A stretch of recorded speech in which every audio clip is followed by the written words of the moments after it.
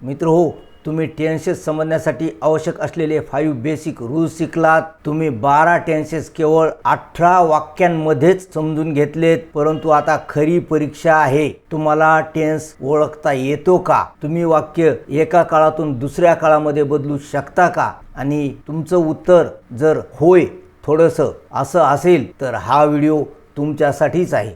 या व्हिडिओमध्ये आपण टेन्स ओळखणार आहोत, वाक्याचा काळ बदलणार आहोत आणि वाक्यांतील टेन्सेसच्या चुका ओळखून वाक्ये दुरुस्त करणार आहोत.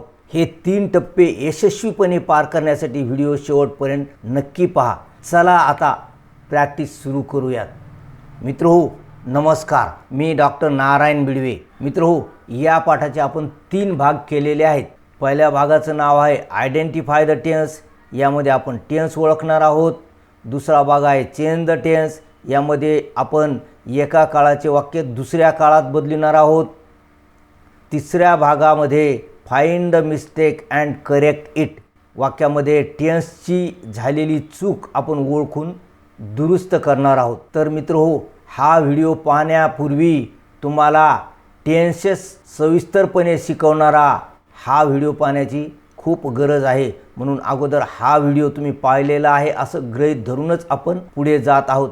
चला आता आपण identify the tense in the sentence या सूचनेनुसार वाक्यातील काळ ओळखूयात. आयडेंटिफाय द टेन्स म्हणजे काळ ओळखा.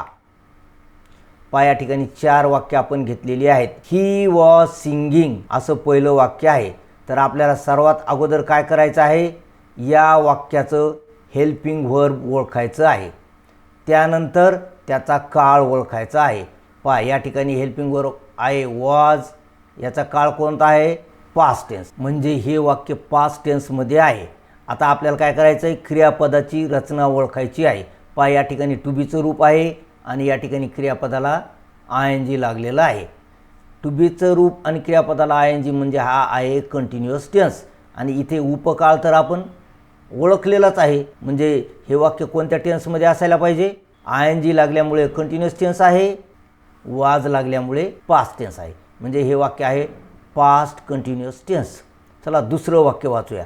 दे विल हॅव हेल्प्ड रवी. पुन्हा तेच काय करायचं, आपल्याला हेल्पिंग व्हर्ब ओळखायचा आहे. हेल्पिंग व्हर्ब आहे विल. त्याच्या मदतीने त्याचा काळ ओळखायचा आहे. साहजिकच हा फ्युचर टेन्स आहे. त्यानंतर क्रियापदाची रचना पहा. या ठिकाणी हॅव आलेलं आहे आणि या ठिकाणी V3 आलेलं आहे. म्हणजे हॅव प्लस V3 असेल तर ती कोणती रचना असते? Perfect tense. म्हणजे हा परफेक्ट टेन्स आहे आणि या ठिकाणी विल आहे. म्हणजे हा कोणता टेन्स असेल? Future perfect tense. चला आता पुढचं वाक्य वाचूया. They had gone. पुन्हा तेच हेल्पिंग व्हर्ब ओळखायचं. हॅड हे हेल्पिंग व्हर्ब आहे. त्याचा काळ ओळखायचा. हे पास्ट टेन्समध्ये आहे म्हणजे हा पास्ट टेन्स आहे. त्यानंतर हॅड प्लस V3 अशी क्रियापदाची रचना आहे.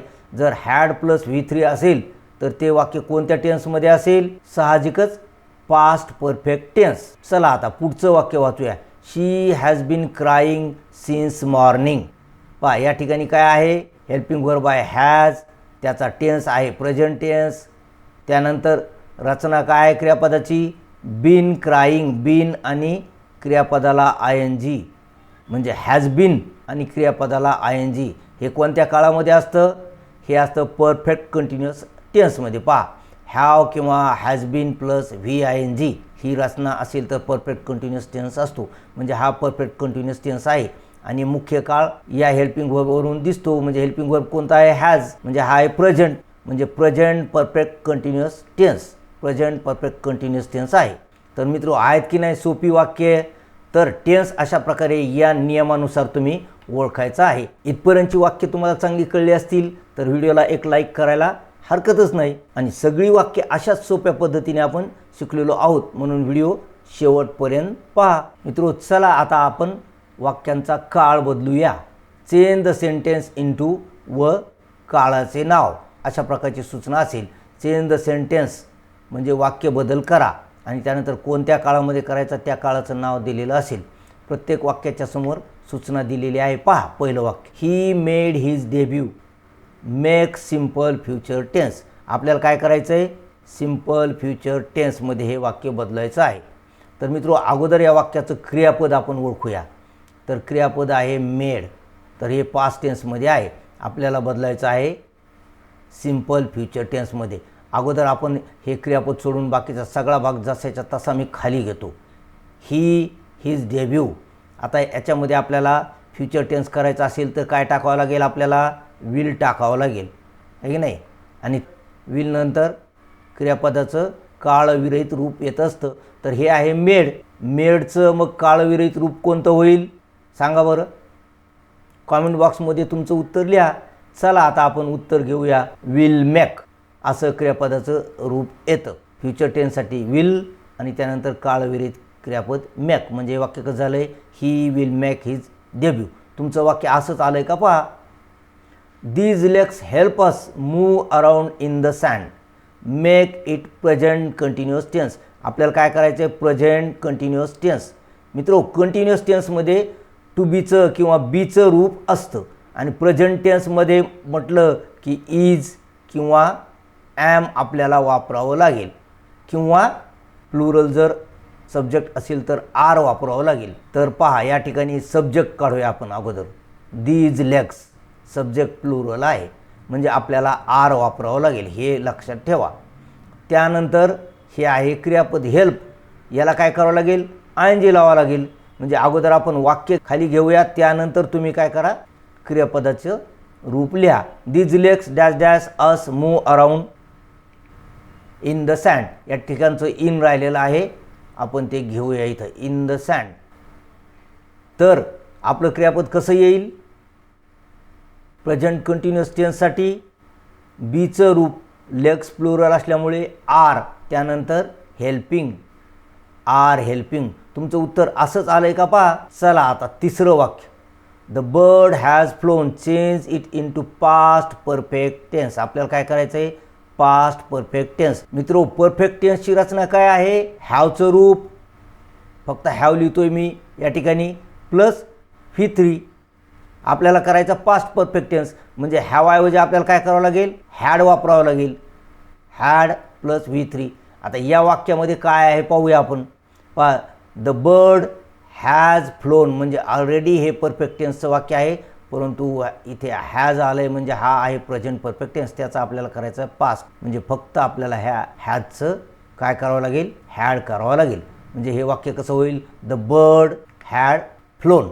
आहे की नाही सोपं. मग ठोका एक लाईक. चला आता जाऊया पुढील वाक्यांकडे. Children were playing on the road, rewrite it in to present continuous tense. आता पुन्हा आपल्याला प्रेझेंट कंटिन्युअस टेन्स करायचं आहे. नेमकंच आपण पाहिलं प्रेझेंट कंटिन्युअस टेन्सची रचना काय, बी प्लस VING. पहा चिल्ड्रन हा सब्जेक्ट आहे, वेअर प्लेइंग ऑलरेडी इथे बी प्लस INGची रचना आहे म्हणजे हा कोणता तरी कंटिन्युअस टेन्सच आहे. तर इथे आहे वेअर म्हणजे हा पास्ट कंटिन्युअस टेन्स आहे. आपल्याला करायचं आहे प्रेझेंट कंटिन्युअस टेन्स म्हणजे वेअरचं आर केलं की प्रेझेंट कंटिन्युअस टेन्स आपला होणार कारण प्लुरल सब्जेक्ट आहे. तर पहा children are playing on the road असं हे वाक्य होईल. चला पुढचं वाक्य वाचूया. Her father helped everyone, rewrite in to simple present tense. मित्रो आता लक्षात ठेवा सिम्पल प्रेझेंट टेन्समध्ये थोड्या गोष्टी कॉम्प्लिकेटेड आहेत. इथे क्रियापदाची 2 रूपे येतात कारण कर्त्याचे 2 ग्रुप आहेत. अगोदर आपल्याला कर्ता ओळखायचा आहे. हर फादर हा थर्ड पर्सन सिंग्युलर कर्ता आहे, ही शी इट रामसारखा आहे की नाही. मग काय होतं, थर्ड पर्सन सिंग्युलर कर्ता असेल तर क्रियापद कोणतं येतं माहिती आहे का, आठवण करा बरं. तर यस लागलेलं क्रियापद येतं. म्हणून या ठिकाणी हेल्पड आलेलं आहे म्हणजे आपल्याला हे ED काढून टाकावं लागेल आणि या हेल्पला काय करावं लागेल, यस किंवा ES. तर याला यस येतं कारण OSS CH वगैरेने याचा शेवट होत नाही. मग हे वाक्य कसं होईल आपलं, अगोदर वाक्य घेऊया आपण. हर फादर एव्हरीवन क्रियापदाची काय रचना होईल, फक्त हेल्प्स येईल इथं, हेल्प्स. पहा यस लागलेलं क्रियापद. हे कळलं नसेल तर मित्रो पुन्हा एकदा तो मेन व्हिडिओ पहा. चला पुढील वाक्य पाहूया. We touch it present perfect tense करायचं आहे आपल्याला. तर या ठिकाणी पहा क्रियापद आहे टच, सब्जेक्ट आहे प्लुरल. प्लुरल सब्जेक्ट असेल तर पुन्हा प्रेझेंट परफेक्ट टेन्सचं आणि सिंपल प्रेझेंट टेन्सचं सारखंच आहे. इथे सुद्धा क्रियापदाची 2 रूपे येतात एका रूपामध्ये. हॅज येतं आणि दुसऱ्या रूपामध्ये हॅव येतं. आणि परफेक्ट टेन्समध्ये आपल्याला काय करावं लागतं, V3. आता टचचं V3 काय होईल, टचड. अगोदर आपण वी आणि इट घेतलेलं आहे. त्यानंतर हॅज घ्यायचं काय हॅव घ्यायचं, तर हा अदर सब्जेक्ट आहे म्हणून वी सोबत काय येईल, हॅव येईल. मग लिहा बरं क्रियापदाचं रूप. चला आता मी देतो क्रियापदाचं रूप. Have touched. तुमचं असंच आलं आहे का, आलं असेल तर यस असं कॉमेंटमध्ये लिहा. चला आता पुढील आपण एक्सरसाइज करूयात. Find the mistake in the sentence and correct it. आपल्याला वाक्यातील चूक ओळखायची आहे आणि ती दुरुस्त देखील करायची आहे. मित्रो, अतिशय सोपी वाक्य आपण घेतलेली आहेत. त्या मेन टेन्समध्ये जे आपण शिकलो तेच आपण या ठिकाणी टेस्ट करणार आहोत. चला आता सगळीच वाक्य आपण या ठिकाणी घेतलेली आहेत. ही हेल्प मी एव्हरी डे. पाहताच हा करता आहे थर्ड पर्सन सिंग्युलर आणि याला ईडी लागलेलं नाही. म्हणजे आपल्याला काय करावं लागेल, याचा जर टेन्स प्रेझेंट टेन्स करायचा असेल तर या क्रियापदाला काय करावं लागेल सांगा बरं, यस लावावं लागेल. म्हणजे आपलं वाक्य कसं होईल, he helps me every day. चला दुसरं वाक्य वाचूया. These legs has helped me. पाहता या ठिकाणी हॅज हेल्प्ड ही रचना आलेली आहे. ही रचना येते थर्ड पर्सन सिंग्युलर कर्त्यांसोबत. तर ही सारखा करता आहे का, हा नाही, हा करता आहे प्लुरल. म्हणजे हा करता आहे दे सारखा. जर दे सारखा करता असेल म्हणजेच हा अदर सब्जेक्ट आहे तर त्याच्यासोबत हॅज येत नाही. मग काय येतं कॉमेंट बॉक्समध्ये लिहा बरं. चला आता याचं उत्तर पाहूया. दीज लेग्स हॅव हेल्प्ड असं हे वाक्य असायला पाहिजे होतं. चला पुढचं वाक्य वाचूया. The bird will flies in the sky. पहा या ठिकाणी विल फ्लाईज असं क्रियापदाचं रूप आलेलं आहे.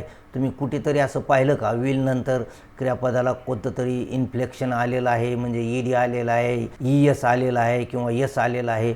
कधीच असं होत नाही. विल नंतर मित्र हो काय येतं, बेस फॉर्म येतो. Base form, base verb. Base verb म्हणजे क्रियापदाचं मूळ रूप येतं. म्हणजे या ठिकाणी काय असायला पाहिजे होतं, फ्लाय असं असायला पाहिजे होतं. Bird will fly in the sky. In the sky राहिलं आपलं, तर हे आपण खाली असायला असंच घ्यायचं आहे. चला पुढचं वाक्य पाहूया. Children have go home. पहा आता या ठिकाणी हॅव गो अशी क्रियापदाची रचना आलेली आहे. मित्रो, जेव्हा केव्हा हॅवचं रूप येईल, लक्षात ठेवा इथे याचं एक्सप्लेनेशन लिहितोय मी. जेव्हा केव्हा हॅवचं रूप येईल त्यावेळी लक्षात ठेवा, एकटंच हॅव आलं तर ठीक आहे, काही अडचण नाही.